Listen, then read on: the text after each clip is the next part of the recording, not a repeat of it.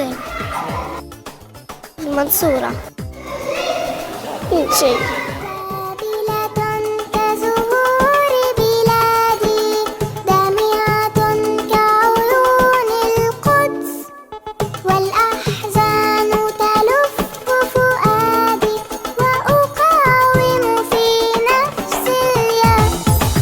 ساكنين في الشجاعية عند وادي العرايس. عمري 11 سنة. بس بثلاث صواريخ ب 16 صاروخ الزنانة خبط بدارنا وتهدمت عنا. اجا قذايف وتهدموا حيطاننا ودرستي كلها وقعت كلنا إصابة. أنا انكسرت إيدي وفي حروق برجلي. اجيت على المدرسة وشفتها مادة ما كان شعوري منيح. كنت حزينة ومش حابة إني أجي على المدرسة. كنت خايفة.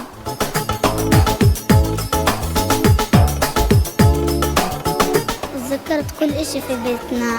لما كنت أصحى لما صحيت الصبح كنت ألعب مع بنات عمي زي هيك كنا نلعب. بس لقيتها صرنا بعيدين عن بعض ما نلاقيش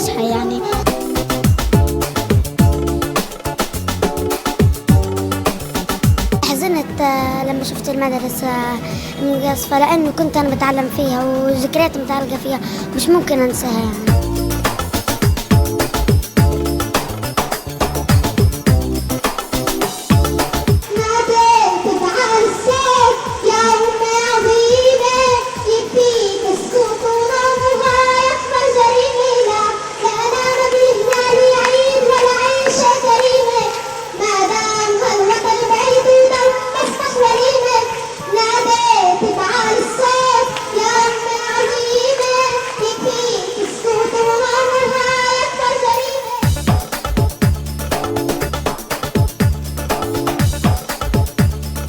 ضل أجي على المدرسة وأتحدى اليهود وضل أقرأ وأنجح إن شاء الله.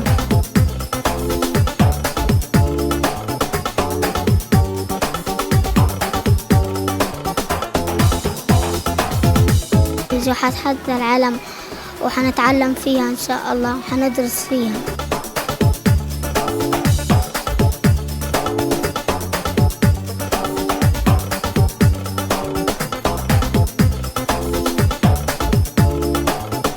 بتمنى السعادة وبتمنى نكون دايما سالمين.